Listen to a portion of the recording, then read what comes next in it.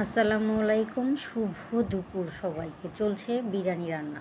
তো যাই হোক, মুরগির মাংসে রসুন, আদা আর এই লবণ এগুলো দিয়ে ভালোভাবে মশলাটা ভালো করে মাখিয়ে নিতে হবে। লবণ, আদা আর রসুন এগুলো ভালো করে মাখিয়ে 20 মিনিটের জন্য এটা রেখে দিতে হবে। তো 20 মিনিটের মধ্যে আমি চুলার জালটা ধরিয়ে নিব, তেল বসিয়ে কড়াইটা গরম করে নেব।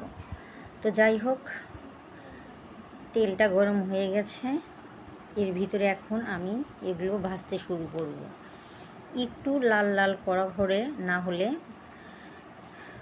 টেস্ট আসবে না মাংস। তো যাই হোক, আমি ধীরে ধীরে মাংসটা ভাজা শুরু করে দিলাম। এটা ব্রয়লার মুরগি, বাচ্চারা পছন্দ করে মুরগি ব্রয়লার, যার জন্য এটা দিয়ে আজকে করব।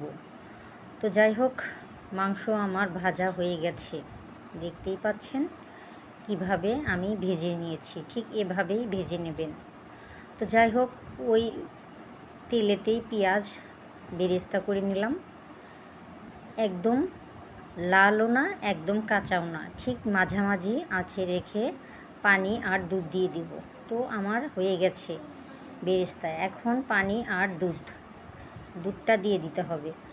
তো দিয়ে আদা, রসুন, জিরা বাটা, তারপরে ধনিয়ার গুঁড়া এগুলো দিয়ে দিব।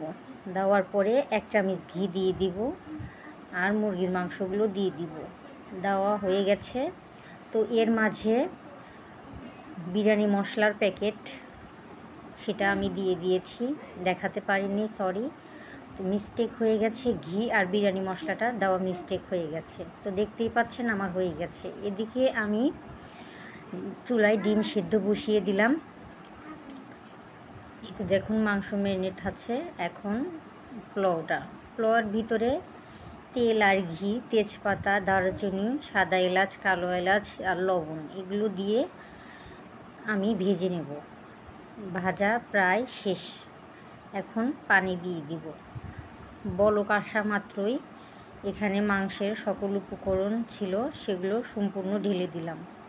বিরিয়ানির মশলাটা যে করেছিলাম মাংস দিয়ে, সেগুলো সম্পূর্ণ এর ভিতরে দিয়ে দিব, দিয়ে ঢেকে দেবো আর কি। তো যাই হোক, আগে ভালো করে মিক্সড করে নেব, তারপরে এগুলো দিয়ে দেবো আর কি। তো প্রায় রান্না আমার শেষের দিকে। ডিম সিদ্ধ করেছিলাম সেটা দিয়ে আর কেওড়া জল দিয়ে বসিয়ে দিব। তো রান্না আমার শেষ, দেখতেই পাচ্ছেন কতটা লোভনীয় লাগছে। তো যাই হোক আমার রান্না শেষ।